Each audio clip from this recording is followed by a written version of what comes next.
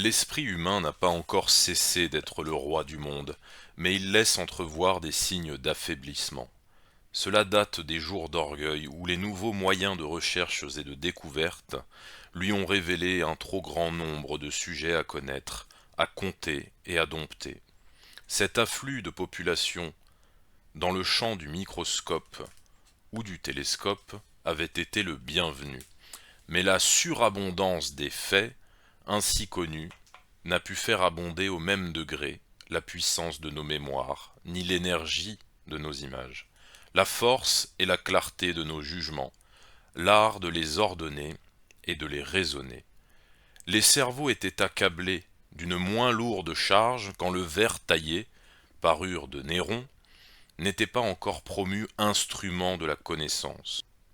Pour ne rien compliquer de ce qui n'est déjà plus trop simple, n'examinons pas si les deux infinis de grandeur et de petitesse, entre lesquels nos existences sont suspendues, restent réglés par les mêmes lois, soumis au même plan que ce monde moyen qui semble abandonné aux mesures de l'homme. Ne nous embrouillons pas dans une hypothèse où nos têtes et nos pieds ne trouveraient tangent à trop d'incommensurables. Qu'il suffise de remarquer le fabuleux surcroît de matériaux neufs qui tend à déborder notre aptitude à les classer, même à les concevoir. Il en résulte un sentiment d'infériorité défaillante. Ce qui devrait être dominé ne l'est plus, et l'on se juge un peu noyé là-dessous. S'il n'y a là que des scrupules excessifs et de simples faux bruits, tant mieux, mais ils sont courants. Des voix sonores chantent la perpétuité du progrès, et l'on avoue tout bas quelque mal à la tête. Le rayon de la connaissance en paraît détourné, obscurci et troublé. Assurément, les sciences proprement dites se défendent. C'est qu'elles se soumettent à l'épreuve de deux contrôles. L'aventure de la déduction est jugée à ses points de rencontre avec la réalité observée, puis avec les applications de l'expérience. Il faut que les clés entrent dans les serrures et les saillants dans les rentrants. Pour être assez modeste, ces conditions imposent aux spéculations de l'esprit les mesures d'une sagesse. Mais quant aux sciences qui ne sont pas exactes et qui n'ont pas envie de le devenir, l'idée d'un frein, la notion d'une limite ou d'un critère en ont disparu, presque autant que le désir d'une vérité intrinsèque. On a affaire aux préférences de l'imagination, à son bon plaisir le plus pur. Nous voilà aussi loin que possible de l'horrible manie de la certitude qui déjà fatiguait et révoltait le jeune Renan. La révolte est unanime, la fatigue avouée, arborée. Des écoles florissantes en font leur orgueil. L'absurdité des conséquences a donc cessé de rien prouver, contre des principes élevés en l'air, les plus gratuits étant les plus vite reçus. C'est merveille ou hasard qu'il se rencontre une bonne tête pour opposer son ego majorem, je nie votre majeur, je conteste votre point de départ, à l'argumentateur dont les dires se fondent sur quelques synonymes de rien. De gros livres de morale et de religion sont écrits et même admirés qui tout entiers dépendent de quelques petits traits de psychologie personnelle, vrais pour l'un, faux pour l'autre, dépouillés de toute portée générale. Ingénieux, agréable, amusant, je ne dis pas non. En ces hautes matières dans lesquelles nos grands-parents voulaient et faisaient du solide, on nous annonce des poèmes de la vie et des romans de l'être. Il existait une logique. C'est un jeu de s'en dégager pour empiler la contradiction, la pétition de principes et le cercle vicieux, souvent criminel. On connaissait une critique, dont les choix et les rejets, souples et sévères, comportaient une discipline de toute l'âme. On s'en remet au flottement des à peu près les plus confus. Une idée n'est plus vraie ou fausse, elle est gentille ou non, généreuse ou non, et la plus vague des terminologies fait ce qu'il faut pour assurer un chacun qu'il n'est comptable que de sa vérité. L'ineptie du blasphème ne fait pas sécher de honte ses auteurs en leur montrant que des vérités toutes personnelles, en bon langage des sincérités, dispensent l'homme de les émettre. Elle le ramène bon train au silence des solitudes, traversées de cris d'animaux. D'autres accordent lâchement que tout le monde peut avoir raison. Triste raison, que l'on contraint à se démettre pour l'en remettre au cours aveugle d'un temps qui passe, roule, change, et qui non plus que l'eau du fleuve sophistique ne se retrouve jamais le même, entre les mêmes bords. Là encore, en lieu du bon ou du mauvais, du juste ou de l'injuste, vos actions et vos pensées ne sont qualifiées que selon leur place occupée, en amont ou en aval, en avant ou en arrière, conforme au progrès idéal ou suspecte de stagnation imaginaire. L'universel critère s'est incarné dans la déesse évolution. Tout lui est accordé d'emblée. Il suffit de l'invoquer par son nom. Ses divagations, maniées par des acrobates à barbe de philosophes, sont pitoyables en elles-mêmes et portent des effets dignes d'elles, sanguinaires, sanglants, mais, si cruels et si forts qu'ils soient, ils en font oublier leur génératrice, et perdent ainsi toute utilité pour le genre humain. Non pas même contre la guerre étrangère ou la guerre civile, ils ne donnent plus de leçons, nous en sommes là. Et ce n'est pas tout, car les diminutions infligées à l'intelligence n'ont pas été améliorées par l'existence d'une classe adonnée au genre d'exercice rétribué qu'on appelle études ou enseignement. Il n'est pas toujours bon que la science soit un gagne-pain. La mercantilité de l'esprit suit naturellement la nourriture, l'entretien, l'effervescence collective d'un peuple d'ardélions, vivant du commerce des mots, plus ou moins asservi à cet intérêt, par conséquent exonéré du souci de la vérité, son objet. Encombrée de craintes et de désirs vulgaires souvent contagieux, l'intelligence n'en peut acquérir aucune transparence supérieure, elle dont la raison est de laisser passer la pure lumière, n'en peut être qu'épaissie et appesantie. Autre malheur, non moins étendu, le temps qui manque, la misérable vie moderne arrachant le loisir. Réfléchir y est difficile, on y peut de moins en moins méditer. Il faut aussi compter sur le fertile esprit de certaines entre autres, qui, passant pour pratiques en se donnant pour telles, sont en réalité fort aptes à traiter la pensée comme un breuvage commercial et sophistiqué. Cela n'est plus simple abandon de la facilité, ni entraînement, ni laisser-aller. Une volonté perfide s'en mêle pour organiser, entreprendre, préparer, cultiver dans les sciences, les arts, les métiers, des inversions et des perversions honteuses qui confondent tout, but et moyen. On assigne à la peinture le champ de la littérature, aux poètes des ambitions de peintres et de sculpteurs. Fait-on de la théologie? On se prévaut d'une étiquette qui permet tous les arbitraires. Expérience religieuse. En revanche, fait-on de la science politique et sociale? L'expérience ne compte plus. Adieu, souplesse et mouvement, adieu, tous les saints sacrements de la vie vécue.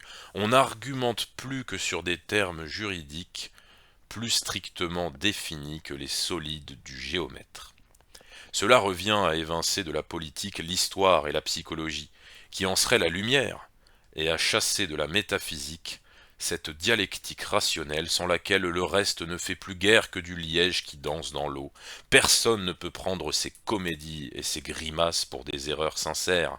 Fanatisme, sectarisme, intérêt bas et vil de pontifes aux doigts crochus, ils feignent de vouloir labourer avec des fourmis et obtenir du lait en trayant des abeilles.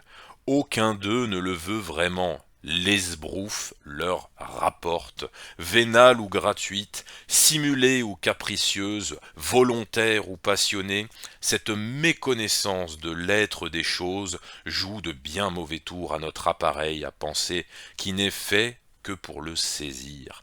Le pis est qu'il se méconnaisse soi-même. Est-il vrai que le monde anglo-saxon ait reçu pour une part son caractère historique de la lecture exclusive de l'Ancien Testament? Ainsi, dit-on, c'est-il en... C'est possible, puisez là ou ailleurs, c'est de lui que nous vient l'idée de la destination purement utilitaire et industrielle de l'esprit humain. Nous touchons là le centre essentiel de l'erreur. Homo faber, redit-on, c'était bien dit, ce n'est pas très bien répété. Il est exact que nous naissons industrieux. Les connaissances que nous amassons servent généralement au labeur sans lesquels ne tiendrait ni la société des hommes, ni en conséquence leur vie.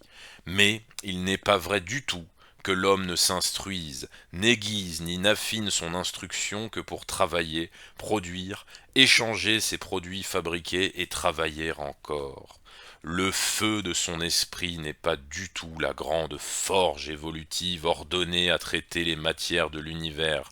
Avant d'être paysan, pâtre ou ouvrier, comme Abraham, Jacob ou Noé, l'homme, s'il est homme, est esprit, ou si l'on veut, son composé contient un esprit, mais un esprit pur. Il est donc fait aussi pour vivre et correspondre avec les esprits, pour contempler comme eux les vérités désintéressées, en faire ses délices, et conduire dans ce bonheur une société qu'il ne fait qu'avec eux. Oh, qui peut le plus, peut le moins. L'intelligence servira à toutes sortes d'emplois et de métiers mécaniques subordonnés. Elle pourra donc s'appliquer judicieusement à la parure, à l'élévation et à la réforme des mœurs, découvrir et régler les directions supérieures de la vie, extraire de soi les plus nobles raisons d'agir, et par exemple, sans renouveler aucune des folies de Genève, prendre texte de ce qu'elle sait et de ce qu'elle voit, de très haut, pour rappeler aux hommes qu'ils sont enfants déchus d'une race divine. Le lien qui les unit les marque comme frères, ils se touchent par le sommet, par conséquent s'ils n'étaient fous de leur nature, ils ne se disputeraient pas misérablement de lourdes matières divisibles et diviseuses qui ne réussissent qu'à les diviser, alors qu'ils sont cohéritiers de l'autre trésor, celui qui n'est pas divisible, et qui, loin de diminuer à l'usage, s'accroît et se multiplie suivant le nombre des participants. Tel est l'emploi naturel de l'esprit. Tel est son service normal dans la direction de ses sublimes utilités. Mais là, ceux qui y réussiront le mieux auront été fidèles à la loi de l'esprit. Comprendre pour comprendre et penser pour penser. L'intelligence sera pure ou purifiée, libre ou libérée, exempte des confusions corruptrices ou, faute d'y veiller, ce qu'elle a de supérieur ne fera que donner crédit à l'inférieur et au mal. Non, non, l'intelligence n'est pas la simple conductrice du travail, ni la lumière préposée à l'outil du travailleur, mais néanmoins, loin de trahir comme on l'a cru ou dit, lorsqu'elle concourt à des actions hautes et droites, elle ne fait que remplir un de ses grands devoirs, sans en épuiser, il est vrai, le vaste catalogue. Elle ne remplit pas le haut de tous, l'essentiel qui garde son rang. Il faut qu'elle y remonte. C'est pourquoi les chutes, les maladies, les déficiences de l'esprit moderne ne doivent pas être traitées comme des fautes de détail. Pour les guérir, il faut songer au principal. La fonction de l'intelligence a été répudiée tout entière. Elle doit être rétablie intégralement. Sa logique et sa critique, réhabilitée pour être restaurée. Celle-ci comme le digne instrument des investigations et des comparaisons de l'expérience historique. Celle-là comme la méthode du philosophe. L'une et l'autre ne pouvant tendre qu'à conquérir et à posséder. Abstraction faite de tout le reste, le vrai seul. C'est là-dessus que les Français peuvent rendre service à eux-mêmes et aux autres, en comparant une tradition forte et des souvenirs moins heureux. Ils ont été des privilégiés, ils ont presque cessé de l'être. On ne leur a jamais contesté leur goût profond pour ce qui est, esprit critique et sens logique, double pôle de leur esprit qui aime à voir et toucher le réel comme avec la main, et que l'enthousiasme emporte au vrai, raisonné et déduit. Personne ne prétendra que ces dons, beaux et rares, aient pu rester identiques en nous quand ils diminuaient chez tous les peuples de l'univers. Mais nous conservons des ruines importantes qui peuvent retrouver leur utilité. La baisse plus faible qu'ailleurs, a été chez nous plus frappante, parce qu'elle était partie de plus haut, et qu'elle affectait ce qu'il y avait de meilleur, une langue et une littérature pleines de gloire, dont l'évolution fut curieusement dégressive. Ce qui était le style, ordre et mouvement, a cédé le pas au pittoresque. Ce qui excellait à enchaîner des rapports abstraits a été envahi par les termes de ces rapports, par leur imagerie la plus matérielle. Ce qui traduisait, avec quelle force, la tendresse et la passion, même la sensualité, comme dans les petits maîtres des Priapés du XVIIIe siècle, a été pris pour de la sécheresse et recouvert par le signe flamboyant de la sensation ou de l'impression, l'épithète. Bien des moralistes se plaignent du matérialisme des âmes, ils ne parlent que des faits prochains, ils ne voient pas quel changement lointain s'est opéré dans l'art de s'exprimer depuis la Révolution dite française et le romantisme qui la prépara et qui l'acheva. Peu à peu, un cercle important de la vie intellectuelle française a glissé du mental au moral et du moral au physique. Ce qui gagna le picturisme et le colorisme fut en partie échangé contre la vie de l'esprit. Un tel échange a été consenti bien facilement. C'est le trait distinct d'une crise où, comme du guerrier troyen à son ennemi grec, l'armure d'or était cédée pour l'armure d'airain. Qu'un vain peuple les subit, cela va de soi, que les lourds rapports de la démocratie illettrée et ignare les facilités, précipitées encore, c'était naturel, mais une partie de l'élite y a poussé, il faut le dire. Les manières d'être, de voir, de sentir, de penser, qui étaient spécifiquement françaises, ont déplu par degrés à certains des Français ou demi-Français qui faisaient la mode ou qui travaillaient à l'affaire, et ces gallo-romains, plus gaulois que romains, ont sapé et miné en traître ce que leur avait de précieux ou d'exquis. Lorsque Voltaire et Montesquieu comparaient la vie de Paris à celle de Londres, tel milord à tel seigneur de la cour du roi, leurs malheureux compatriotes étaient passés sous une toise, faite comme le gibet ou le pilori qu'il eût fallu appliquer aux deux voyageurs. Ils sont au moins justiciables du calembour de Louis XV. « Qu'alliez-vous faire à Londres » disait le roi à un bon gentilhomme. « Sire, apprenez à penser. »« Les chevaux » répliquait le roi. Le roi des mots eut moins d'esprit quand il succéda à Louis XV. Jules Verne a ravi les générations des enfants et des adolescents de la France par d'abondants panégyriques de l'anglo-saxon, assaisonnés d'une pitié superbe pour ses compatriotes. Ainsi nous fut conseillée la copie de nos inférieurs. On nous a dépossédés de notre moi au profit d'indignes certains. Nous avions connu des épidémies d'exotisme. Nos aïeux du XVIe siècle essuyèrent, au temps de la Ligue, la vogue d'un certain catholicon d'Espagne, tout aussi fanatique et tyran. Mais cela ne durera que quelques saisons. Le mythe de la supériorité des anglo-saxons a eu la vie beaucoup trop dure. Beaucoup de Français en ont été brouillés avec eux-mêmes. Et, ce qui est le plus grave, avec le plus ancien de leur nature, leur passé d'esprit et de sang. L'homme est un héritier.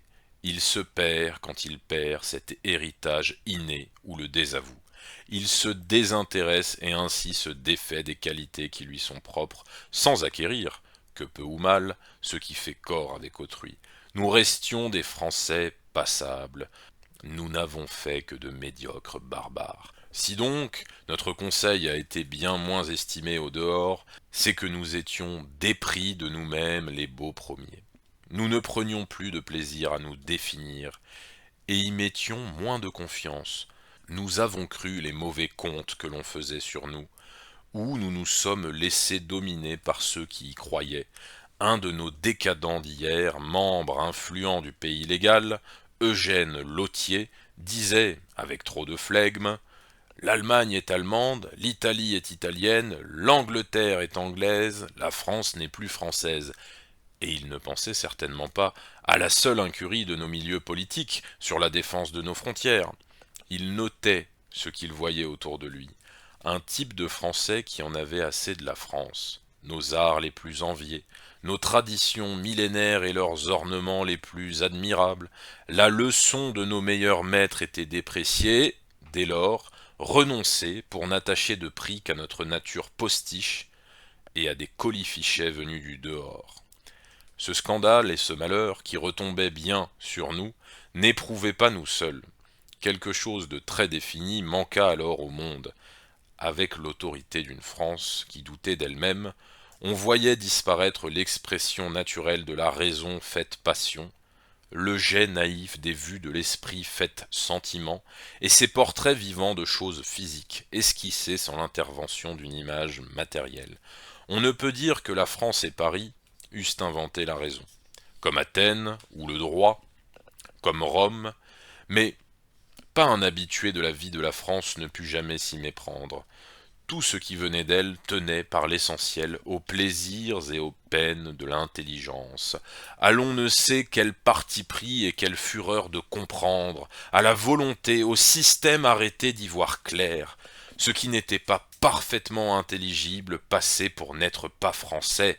Tant de difficiles clartés pouvaient être parfois jugées communes et triviales, mais il n'est rien de trivial à traiter l'équivoque et le malentendu en ennemis mortels. Il s'agissait, au fond, de bien autre chose encore que de cet ordre fameux que les diplomates et les savants estimaient aussi ferme et fixe que celui d'une langue morte.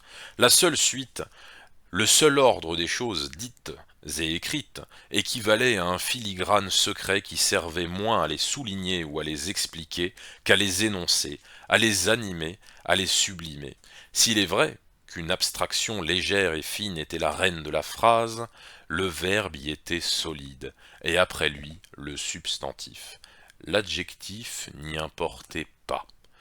Populaire ou savante, qu'elle vint du port au foin, et fut vulgaire avec le vulgaire, amie de Malherbe, qu'elle procéda de la rue du Foire et des thomistes de Siguerre, où se dégagea des libres salons cartésiens, la langue de la France aérait, secouait, liquidait l'épais fatras de mots et le poids lourd des choses, pour en tirer la brève étincelle de l'idée vive, traînant l'immensité de son propre sens avec soi.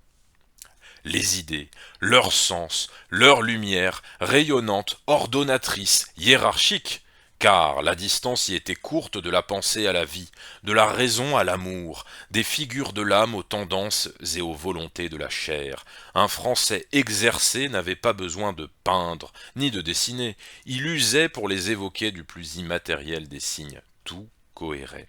Mais, grâce au vide et au silence, nulle différence n'était perdue pourtant. Des esprits se mouvaient dans la phrase grave ou légère, tournant l'obstacle ou le domptant pour en soumettre ou en égaler les hauteurs. Comment un pareil instrument n'eût-il pas accordé les plus fortes facilités d'expression et de transparence à tout énoncé d'entreprise supérieure? Mais, à ce point, la matière compte ainsi que l'objet. Quand l'entreprise posait sur le réel ou sur des idées aussi clairement ordonnées, subordonnées, coordonnées que la réalité visible et tangible, conception spirituelle et morale de la plus stricte pureté, l'accord allait de soi, mais que cette matière baissa, que l'objet des lettres françaises diminua d'intérêt et de prix, que leur clarté solide se laissa opprimer par des confusions, et leur bon naturel par des artifices, l'art, la langue, l'esprit durent s'en ressentir, l'enthousiasme religieux évoquant les croisades, les cathédrales, le martyrologe et tout le merveilleux du surnaturel ne laissaient pas de s'appuyer sur toutes les constantes de la foi et de la raison. Ni le grand, ni le beau n'avaient à en souffrir. Mais quand le trouble intellectuel survenu remplaçait le tombeau du Christ ou le culte de Notre-Dame par le retour à des paradis terrestres imprécisés et aux vagues millénaristes de quelques l'éloquence ne suffit plus à couvrir les trous et les lacunes de la pensée. Ce faux spirituel de la France, avec sa charge de superstition laïciste, n'était pas assez fort pour faire oublier que notre langue avait été l'archange dont le glaive de feu protégeait les premiers abords et les derniers confins du bon sens. Nous avons cédé à l'exemple des autres nations, nous le payons de notre bien, et c'est pourquoi dans cette étrange conjoncture où le déclin de l'État fut accompagné d'hérésies morales qui équivalent à un schisme intérieur, l'esprit national lui-même mua.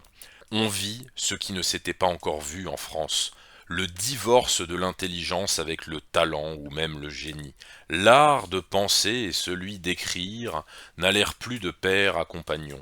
Au temps de Descartes, de Pascal, de Bossuet, de Rabelais, de Ronsard, ce qui pensait se classer naturellement au premier rang de ce qui rayonnait sur le plan des lettres, et vice-versa.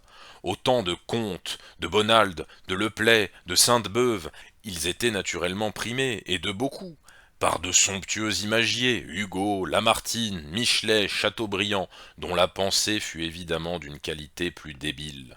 Les directions de l'esprit ne sont plus synergiques.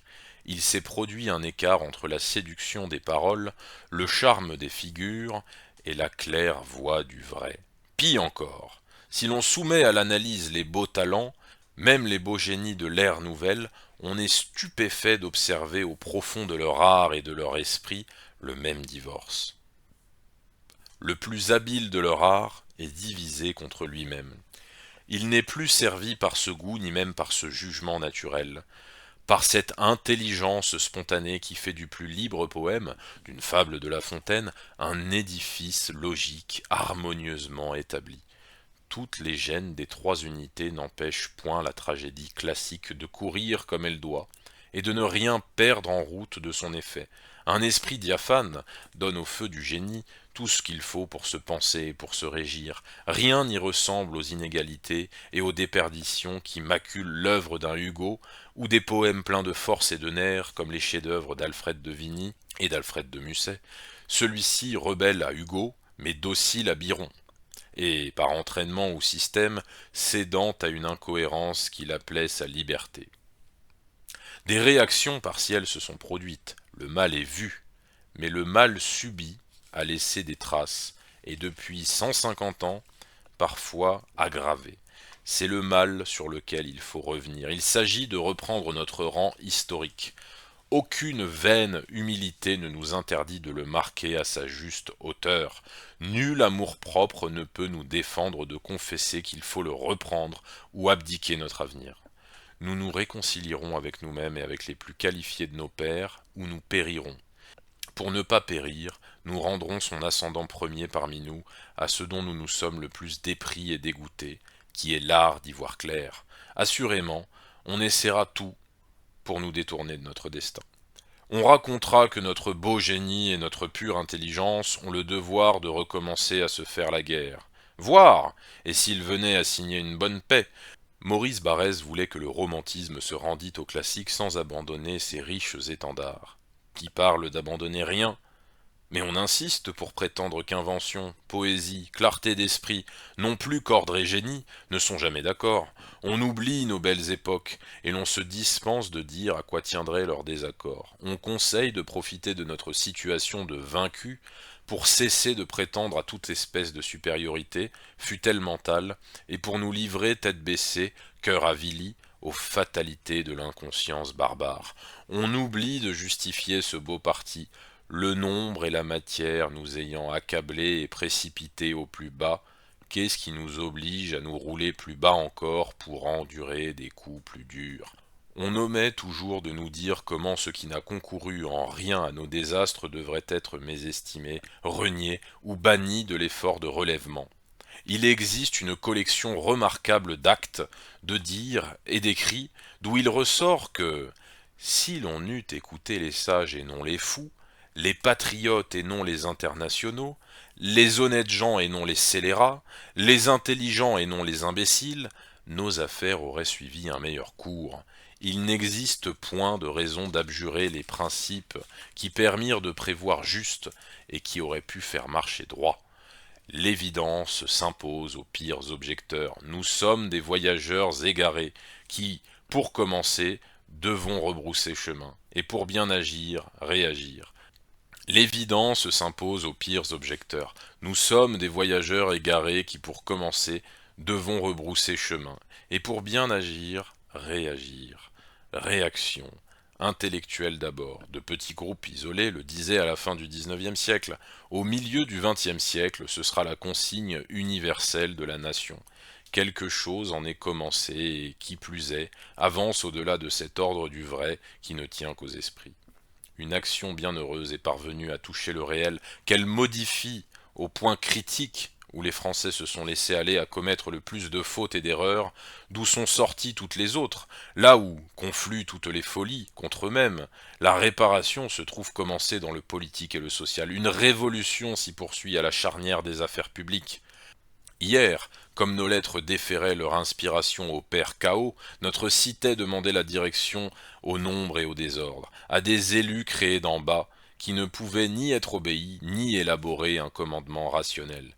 Vieille démence que remplace la raison, l'autorité est confiée à un chef, qui commande en son propre nom, par une volonté pleine de lumière, ce qu'il y a de plus sacré après le gouvernement, l'enseignement public, était engagé hier aux intérêts les plus mesquins ou les moins favorables à la communauté, parfois abandonné à des influences extérieures, mais eh bien là aussi, la France rentre chez elle. L'école française, reprise en main, ne rougit plus de ses traditions. Les maximes des héros et des sages sont remises en honneur. La cendre de ces gardiens sacrés est replacée sous la pierre de nos remparts, avec des inscriptions dignes d'eux. Ces foyers que l'on consolide, ces métiers dénombrés et réorganisés, cette élite des valeurs françaises qui avaient été détournées et renversées reprennent leur place. La première, la juste. Ceux qui désespèrent doivent convenir que l'esprit du peuple n'était pas plus fatigué que sa chair n'était lasse. Une heureuse chiquenaude répond, suffisante et réparatrice, à d'innombrables coups soufferts sur le même point décisif. Le retour aux coutumes des nations prospères aura l'effet logique de restaurer par l'excellence du sang et du pays français les qualités et les vertus qui les décorent toutes les fois qu'ils sont en règle avec les conditions du bon sens.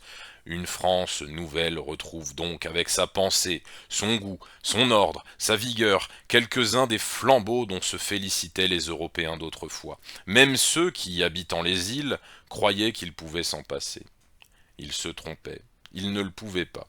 Ils avaient besoin de l'esprit français. À la différence de tant d'autres nations qui ont été ou sont encore des candidates à la civilisation classique, les insulaires avaient cru s'affranchir de la règle, en portant leur culture à un certain degré de cristallisation qui toute seule ne formait encore qu'une barbarie. Elle se résumait dans son ternière de la Bible, de Shakespeare et du confort matériel. Cela ne suffirait point à égaler les apports de l'humanisme profane et sacré, de la civilisation générale qui compose notre héritage particulier. Quand la France sera complètement restaurée, les insulaires seront bien aises eux-mêmes de voir des lumières demi-divines s'élever de nouveau sur un monde reconnaissant. Ils demanderont, selon leur fol usage, à quoi bon? Il sera facile de leur répondre, à remonter les pentes sur lesquelles votre tribu d'utilitaires nous a dégradés trop longtemps.